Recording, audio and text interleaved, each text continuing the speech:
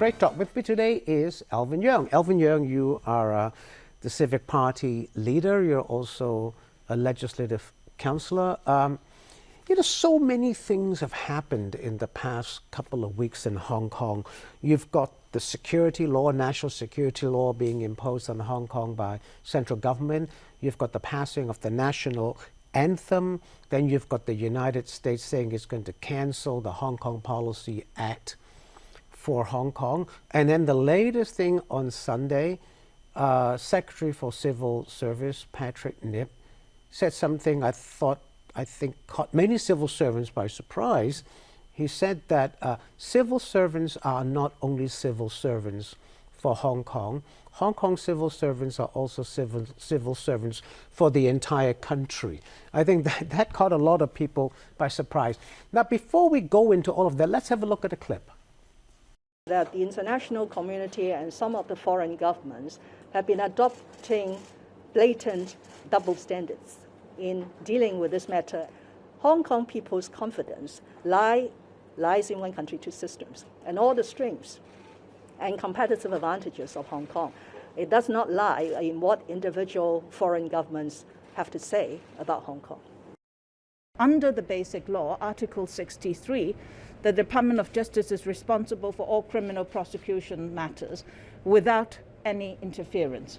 When Hong Kong is already under threat and time is running out in this global city, we wish to continue our protest on street and also international advocacy and let more people around the world to know that how we continue the fight and urge Beijing stop the implementation of this evil law. Now, you saw diverse views there. You saw the chief executive say that foreign governments should not interfere with Hong Kong, that they're having double standards, that they have their own national security laws. Why can't Hong Kong or China?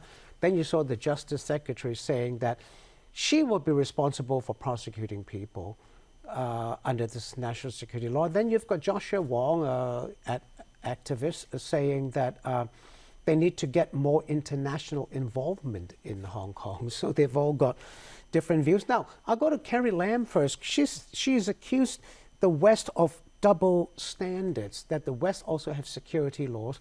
But in fact, that is true, though. I mean, the U.S. has national security laws. The U.K., Germany, France, they all have it. Mm-hmm. Yeah, and they all have democracy. They all have a proper check and balance system. They have a proper way to deal with police who have violated the rules. If any police have committed police brutality or police violence, the wrongdoer would be sent to courts. Look at Hong Kong. But you're a barrister. We do have an independent judiciary. Well, we do have an independent judiciary. But on the other hand, have we seen any police being sent to the court of what they have done since last June? No, in the States they have. In the States, during the riots and the protests in the United States, a lot of policemen have been fired and charged. But that hasn't happened in Hong Kong. You're quite right there. Exactly. So when Carrie Lam is accusing people applying double standard, well, I suspect Carrie Lam is the one who is applying double standard. In what way? I mean, on one hand, she is trying to convince Hong Kong people and the rest of the world that it's fine to have national security law because everyone else in the world is having it. But she has basically forgotten or basically turned a blind eye to the fact that, look, when there's a national security law, you need proper check and balance. You need democracy.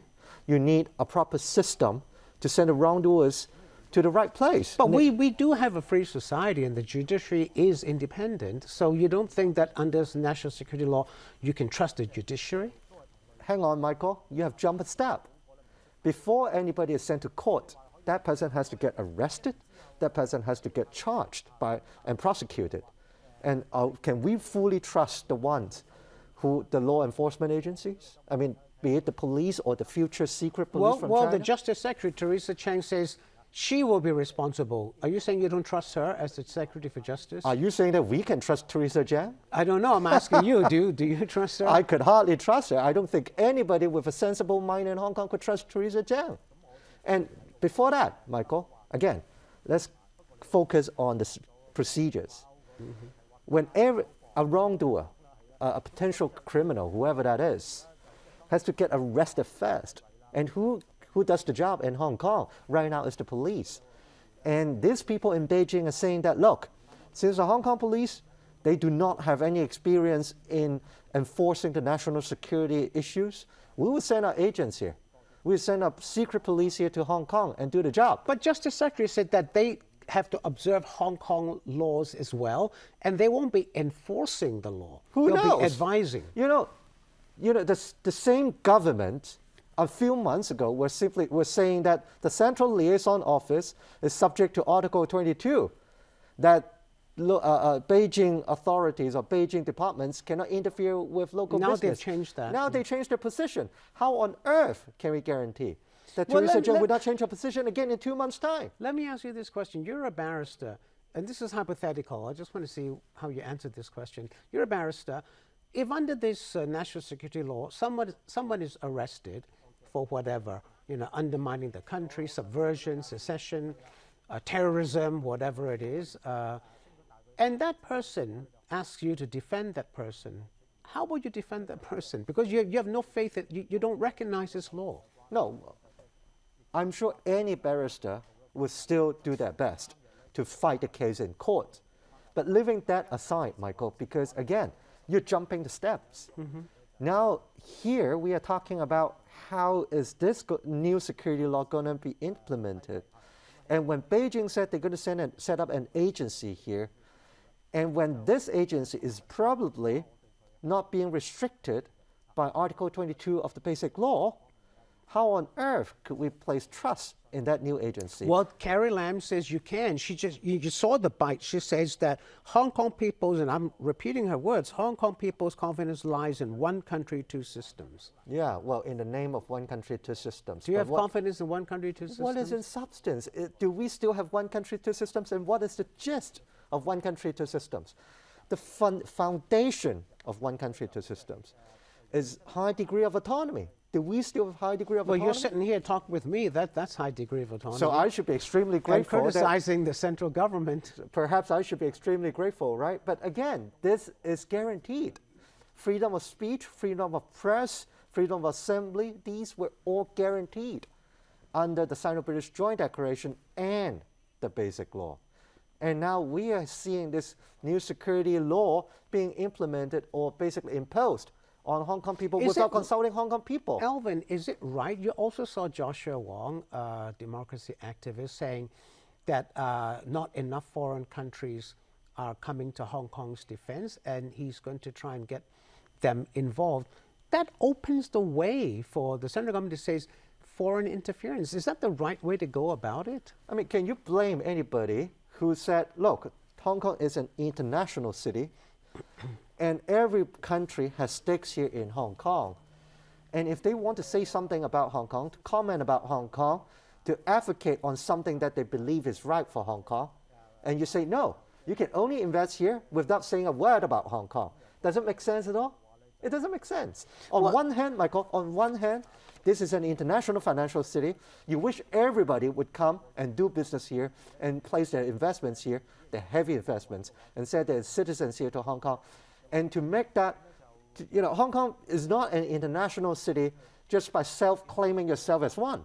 It has to be recognized. But there is a difference between asking foreign companies to come and invest in Hong Kong and asking foreign politicians to interfere in Hong Kong's policies. That's the point they're making.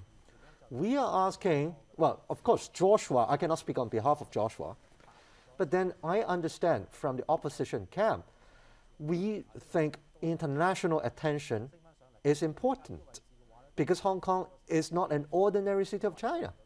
Hong Kong is not like any other cities that, in China that nobody pays a lot of attention to. Well, that's the point. It's not like any other city. So far, it isn't. But just on Sunday, the Secretary for Civil Service says that civil servants in Hong Kong are not just civil servants for Hong Kong.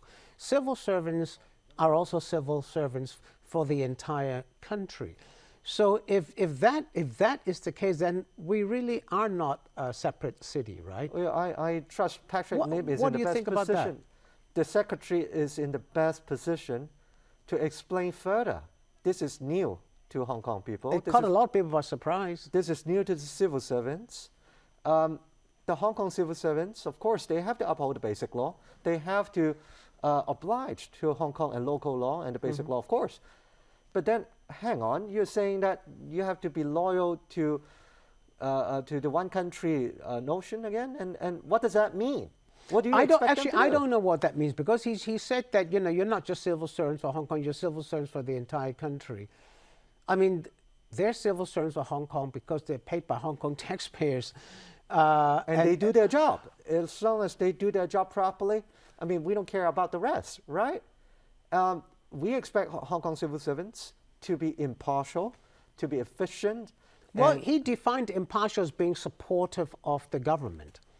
Well, again, we do not know what does that mean. And we need further explanation from him. Otherwise, do you expect the same person at work, you have to get your job done, and off work, you have some more expectations from him, just like their counterparts in Beijing, in China? Because across the border, Chinese government expect the civil servants to be extremely loyal to the government on and off work. And is that the same that's going to be applicable? I've got to take a quick break, Susan, don't go away.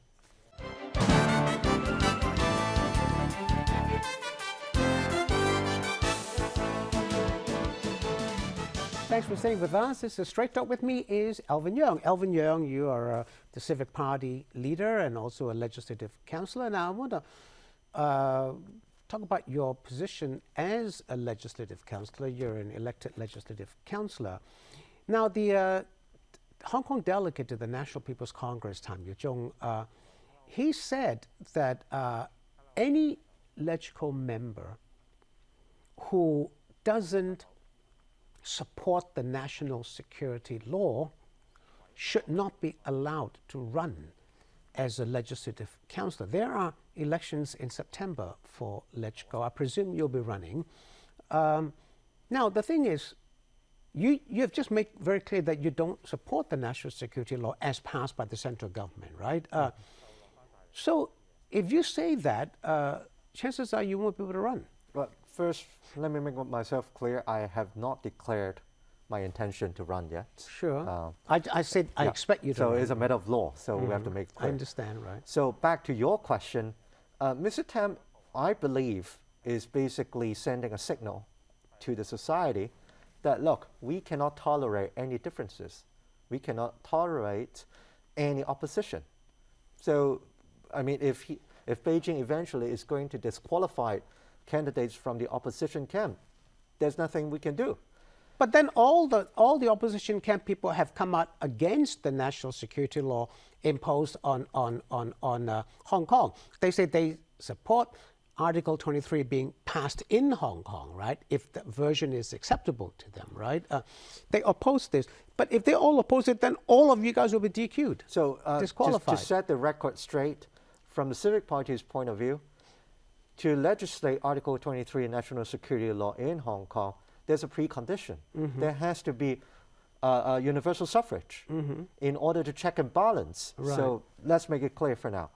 And on the other hand, if what Tam said represents the true and genuine intention from the highest authority, that's basically going to say goodbye to opposition at LegCo. Because that's what they want.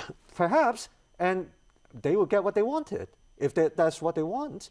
And is that still the same Hong Kong that they wish to portray and demonstrate to the rest of the world?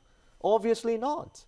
Well, you know, if you run, I don't know whether you're going to run or not, if you run in September, you will be asked to say that you swear allegiance to the basic law, and that will also be part of your swearing in, right, in LegCo. Now, the security law, the national security law will be in Annex 3 of the basic law. So if you say you swear allegiance to the basic law, you will be saying you support the national security law. Yeah, that's one thing. I mean, right now, as a matter of procedure, when Beijing basically undercuts all the procedures in Hong Kong by skipping LegCo, by paying no attention to Hong Kong people, respecting no views from local people, this is a clear breach of the constitutional structure. Beijing undercuts electrical, undercuts one country, two systems, undercuts high degree of autonomy.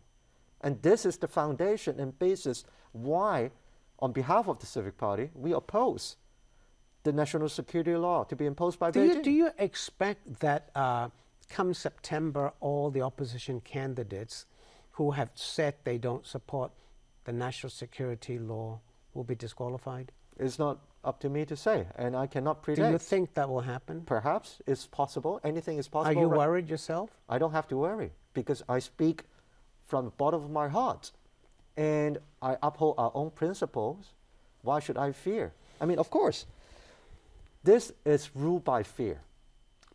This is based. Carrie Lam said the other way around, that the protesters, she said rule of fear because of the protesters, and you're saying it's rule of fear because of the national security law. Michael, only the ones with power can intimidate people. Only the ones with power can break the rules and impose fear on people. We do not have a secret police. We do not have a team of persecutors. Only the ones with power can do that. Well, you know, the other thing that amazed me a little bit was Regina Yip said that with the national security law, there should not be jury trials. Now, you're a barrister, right? Jury trials are there for a reason, right? You know, you're tried by your peers, right? If the jury is taken out of any case involving the national security law, how, as a barrister, what do you think of that? Is Regina Yip new to Hong Kong? Well, she was the one that introduced the Article 23 ways back in 2000. Exactly. I mean, this lady is making some new points. I mean, no, you've got the new point about the Secretary for Civil Service saying that civil servants are also civil servants of the whole country. You've got Regina Yip saying that there should be no jury trials. You've got Tam Yu Jong saying that anybody who opposes the national security law should be disqualified to run for legislative council. You've got all these things happening, right? I tell you what, Michael, all these Beijing loyalists are probably as if like they're competing against each other who is more loyal. And so they have to make sure that something even more radical will be heard by Beijing and get endorsed. Let me get back to the Regina Yip's comments. Jury system is a cornerstone to our common law legal system. And for any serious criminal trials, they should be tried by the jury. And that has been the case for the past, you know, over 100 years, 1.5 centuries, since day one. So if anybody is trying to say, look, we have to take away the foreign judges, we have to remove the have jury. Special courts? Yeah, set up special courts and have only one single judge to hear the serious crimes. I mean, you see, national security crimes should be extremely serious, right? And now you're saying that, hey, hang on, we have to change the rule. What is going on in their minds? I mean, this is not the same. Would Hong you Kong. try a case if there was no jury? As a barrister, would you go into court and say? And I will argue against the mere fact that if they, hang on, as a matter of system, the DOJ can decide which court one particular case should go to. In Hong Kong, there's a magistrate court, there's the district courts. For these two levels of courts, there's one single judge who hear cases. But for all serious crimes, including murder and rape and so on, they have to be sent to the high court. Right. And even serious rioting.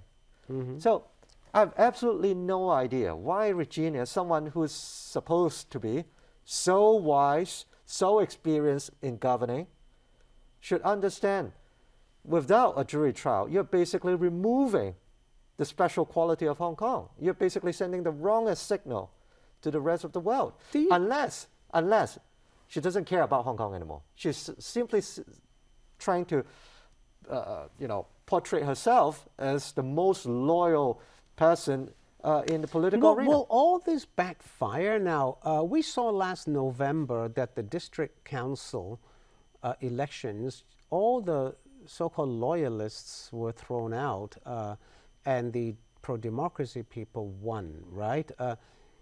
With all these things happening now, do you see that happening again in September's legislative elections? Well, if there is going to be an election, a free and open... Why do you say there won't be? Well, who knows? Anything could happen, Michael. 2 months ago, nobody were expecting there would be this security law. Are you seriously saying that they will cancel the elections? We do not know. I wish I could have a crystal ball and tell you, but it's entirely up to Beijing and the local authorities.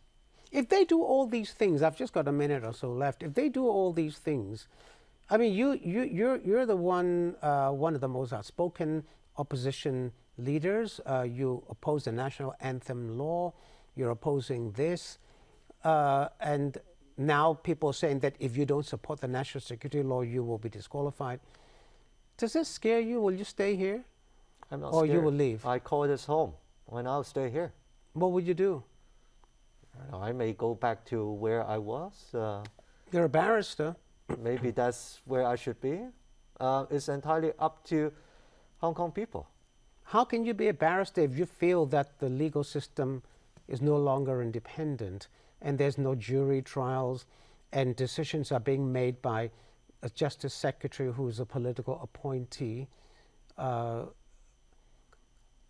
those circumstances, how could you actually even be a barrister and go to court? This is the spirit of Hong Kong. We do not give up. We stand and fight. Fight against whom? Well, wherever. Whenever there's a battlefield, we go and fight. What do you see as your battlefield now? Right now is the national security law to be imposed on Hong Kong people. You have lost that. It's going to pass. Well, still.